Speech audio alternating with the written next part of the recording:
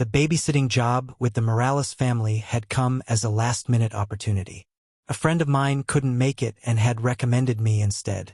Mr. and Mrs. Morales were grateful I could fill in on such short notice, though I could sense their hesitation about trusting a stranger with their 2 children, Ben and Mia. They gave me a quick tour of the house, rattled off a list of emergency numbers, and told me they'd be back by 11 p.m. Their home was cozy and warm, a stark contrast to the cold drizzle outside. Ben was 9, chatty, and full of energy. Mia was 6, quieter, and more reserved. After dinner, the 3 of us played board games in the living room. Around 8 o'clock, I tucked Mia into bed, while Ben insisted on staying up a little longer. By 9, he too was asleep, and I settled on the couch with my phone and a cup of tea, listening to the rain pattering against the windows. The first couple of hours passed uneventfully. The house was peaceful, save for the occasional creak of old wood. I scrolled through social media, texted a few friends, and checked on the kids twice. Both were sound asleep, their soft breathing a reassuring rhythm in the otherwise silent house. Around 10 p.m., I noticed something odd. The front porch light, which had been on earlier, was now flickering. I frowned, wondering if the bulb was dying, and made a mental note to mention it to the Moraleses when they returned. A few minutes later, I heard a faint tapping noise. I paused, straining to listen. It sounded like someone lightly knocking on glass. I glanced toward the front door, but everything appeared normal. The tapping came again, this time louder and more deliberate. My stomach tightened as I realized the sound wasn't coming from the front door, but from the sliding glass door in the kitchen. The Morales' backyard was fenced and mostly obscured by tall hedges. I doubted anyone could easily access it, especially on such a wet night. Still, my curiosity got the better of me. I crept toward the kitchen, my socks muffling my footsteps against the hardwood floor. The rain-streaked glass door revealed only darkness beyond, but I could sense movement, a faint, shifting shadow. I turned on the outside light, and my breath caught. A man stood on the patio, his face partially obscured by the hood of a dark raincoat. He was motionless, his hands shoved deep into his pockets. For a moment, I thought he might be a neighbor, someone who had lost their way or needed help, but there was something unsettling about the way he stood there, staring. I locked the door instinctively and backed away, my heart pounding. I grabbed my phone and debated whether to call the police or the Moraleses. Before I could decide, the man raised one hand and knocked again, this time more forcefully. I jumped at the sound, dropping my phone onto the counter. Summoning what little courage I had, I called out through the glass, asking him what he wanted. He didn't respond. Instead, he took a slow step closer to the door, his face still hidden in shadow. Panic surged through me as I realized the lock on the sliding door wasn't particularly sturdy. I grabbed a nearby chair and wedged it under the handle for added security. My mind raced as I tried to think of what to do. Calling the police felt like overreacting, but ignoring the situation seemed even worse. I decided to text Mrs. Morales, keeping my message short. "There's a man in the backyard." I locked the door. She didn't respond immediately, and the minutes that followed felt like hours. The man remained on the patio, unmoving, like some kind of grotesque statue. Occasionally, he'd tilt his head slightly, as though observing me from a different angle. I considered waking the kids, but I didn't want to frighten them unless absolutely necessary. Finally, my phone buzzed with a reply, "Stay calm. We're on our way." The reassurance that help was on the way did little to ease my nerves. I stayed in the kitchen, keeping a watchful eye on the man. At one point, he stepped closer to the glass, and I caught a clearer glimpse of his face. His expression was blank, almost detached, but his eyes were intense, boring into me with unnerving focus. He raised his hand again, not to knock but to press his palm flat against the glass. The gesture sent a chill down my spine. I grabbed a knife from the block on the counter and clutched it tightly, more for comfort than anything else. The rain continued to fall, its rhythmic sound almost drowning out the thudding of my own heartbeat. I kept glancing at the clock, counting down the minutes until the Moraleses would return. Suddenly, the man moved, He turned his head sharply, as though he'd heard something I hadn't. Then, without warning, he stepped back, disappearing into the shadows of the backyard.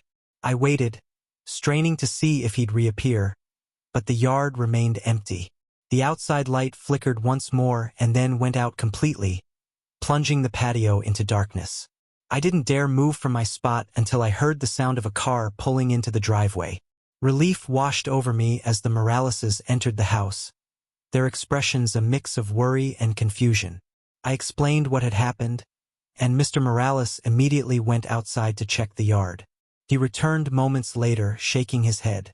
There was no sign of the man. Mrs. Morales apologized profusely and thanked me for staying calm. They assured me they'd report the incident to the police and check their security cameras in the morning. I left shortly after, my nerves still rattled. As I drove home, I couldn't shake the image of the man's face, his empty stare, and the way he'd pressed his hand against the glass. The Moraleses never found out who he was or why he'd been there. The police suggested it might have been a vagrant seeking shelter or a would-be burglar who changed his mind. But to me, his behavior didn't fit either explanation. There was something deliberate about his actions, something that suggested he wasn't there by chance. I never babysat for the Moraleses again. Not because of them, they were kind and understanding, but because I couldn't bear the thought of sitting in that house, wondering if the stranger might come back. Even now, years later, I double-check my locks every night and avoid houses with large glass doors. Some things leave scars that never fully heal.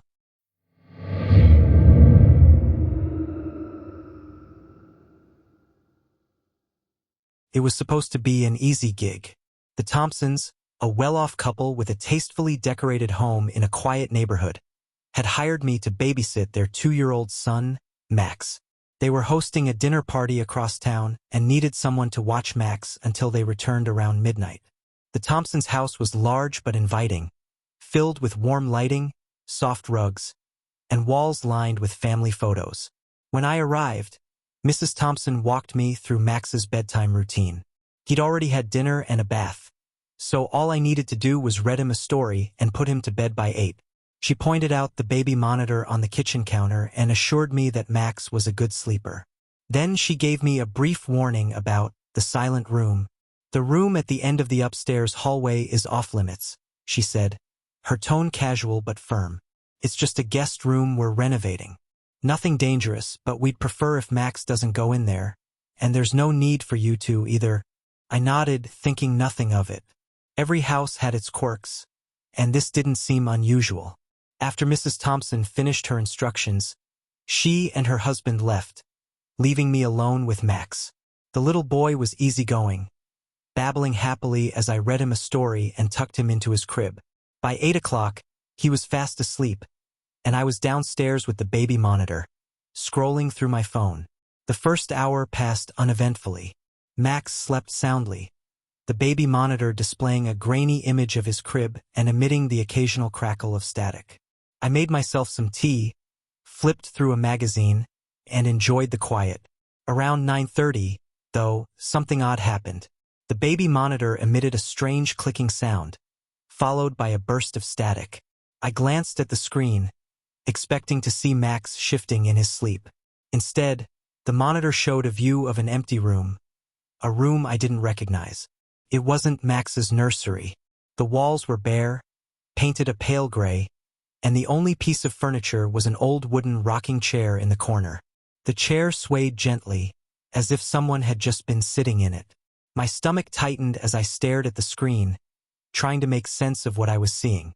I knew the baby monitor was set up in Max's room. How could it be showing a different room? I tapped the device, thinking it might be malfunctioning, but the image remained the same. The rocking chair slowed to a stop, and the screen went dark, returning to static. I rushed upstairs to check on Max. My heart pounded as I opened the door to his nursery. He was still in his crib, sleeping peacefully, his small chest rising and falling with each breath.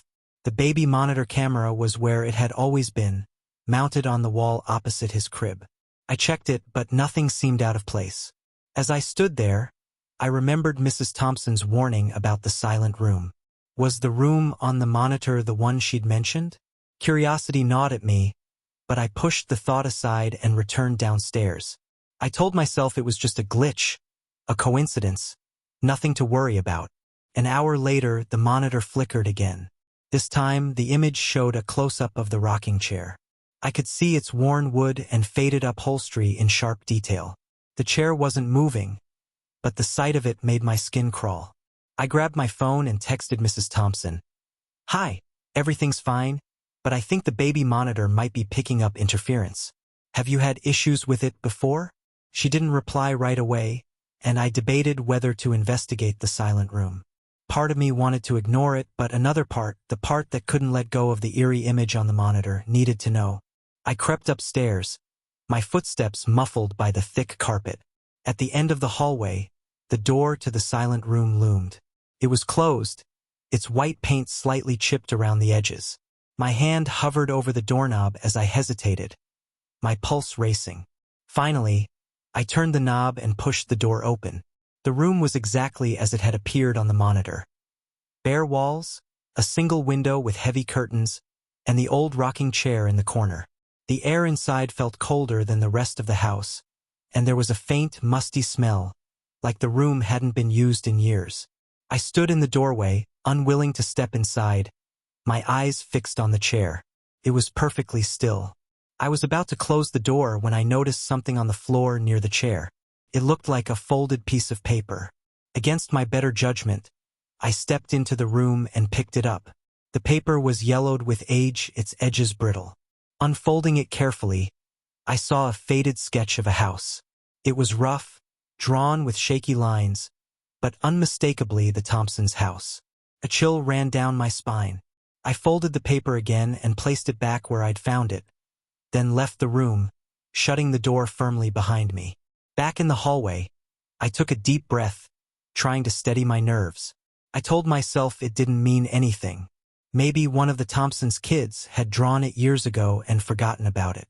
By the time the Thompsons returned, I was a bundle of nerves. I didn't mention the silent room or the sketch. Instead, I told them about the monitor's interference and the odd images I'd seen. Mrs. Thompson's face tightened, and she exchanged a glance with her husband. She assured me they'd look into it and thanked me for bringing it to their attention. Her tone was polite, but I could sense she didn't want to discuss it further. That night, as I drove home, I couldn't stop thinking about the silent room and the strange occurrences. I never babysat for the Thompsons again, and I never found out what, if anything, they discovered about the baby monitor or the room.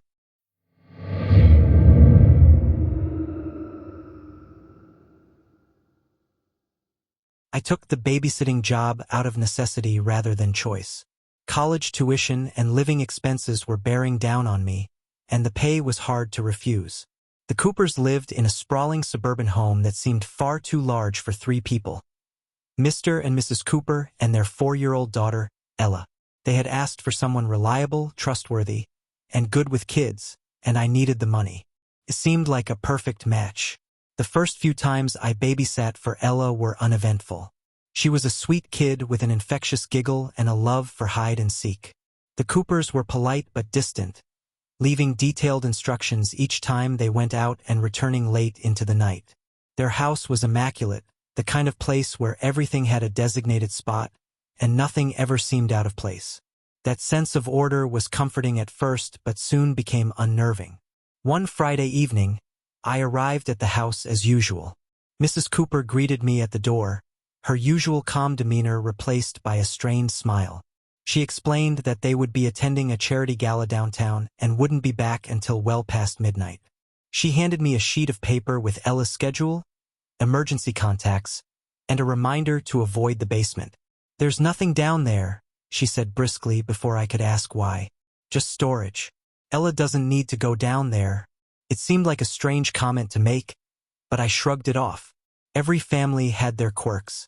Once they left, I focused on keeping Ella entertained. We built a blanket fort in the living room, read her favorite picture books, and eventually settled down for a Disney movie marathon. By 9 o'clock, Ella's eyelids were drooping. I carried her upstairs to her room, tucked her in, and turned on her nightlight. Back downstairs, the house felt unnervingly quiet. I busied myself with cleaning up the living room and washing the dishes. Around 10, I sat on the couch and scrolled through my phone, keeping an ear out for any sounds from upstairs. That's when I heard it, a faint, rhythmic thumping. At first, I thought it was Ella, maybe kicking the wall in her sleep, but the sound wasn't coming from her room. It was coming from below, somewhere near the kitchen. I froze, my ears straining to pinpoint the noise. The basement. I remembered Mrs. Cooper's words and felt a cold knot form in my stomach. I walked to the kitchen, my footsteps muffled by the plush carpet. The basement door was at the far end of the room, painted the same pristine white as the walls. The thumping continued, steady and deliberate. I hesitated, debating whether to investigate or ignore it.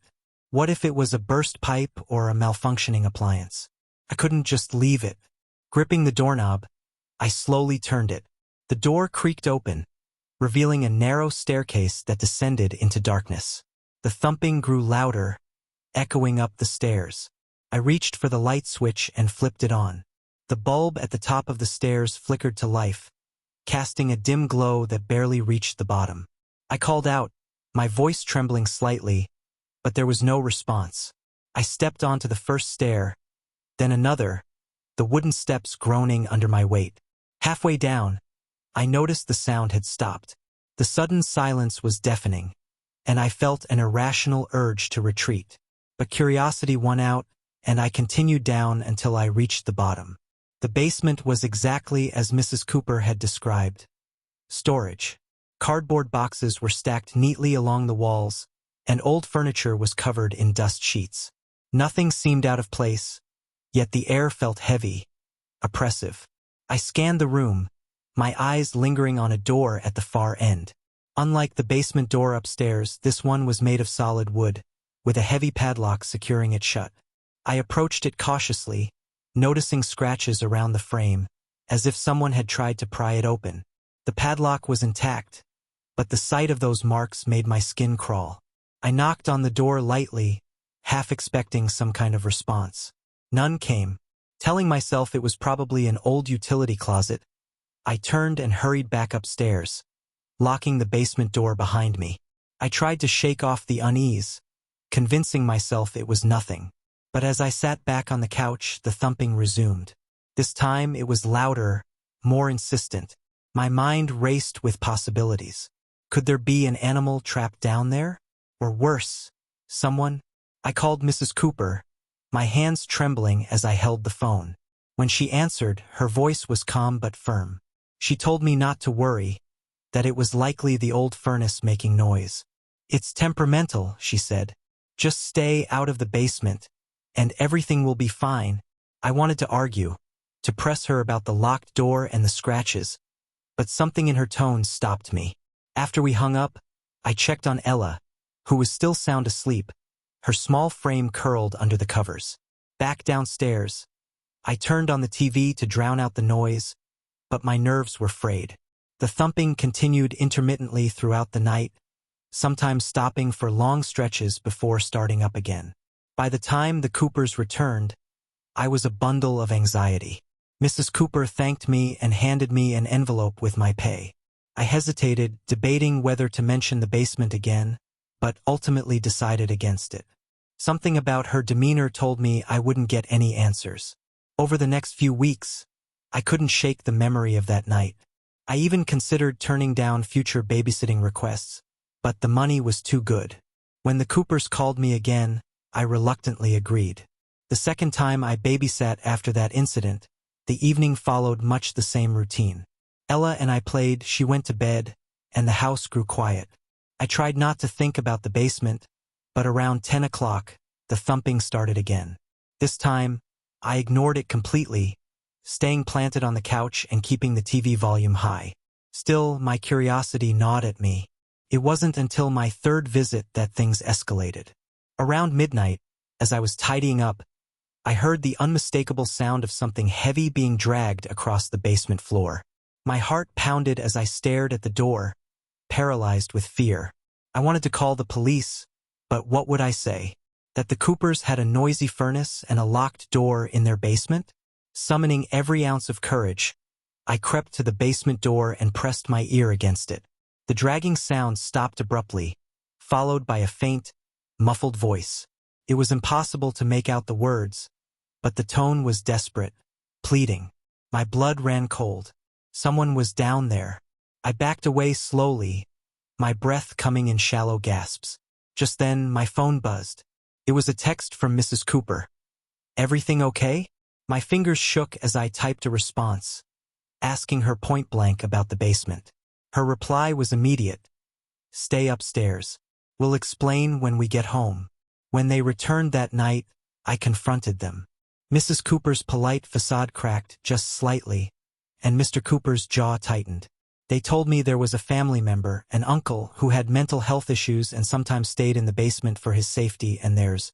"It's under control," Mr. Cooper said firmly. "You have nothing to worry about." That was the last time I babysat for the Coopers. I couldn't bring myself to go back, no matter how much they offered to pay.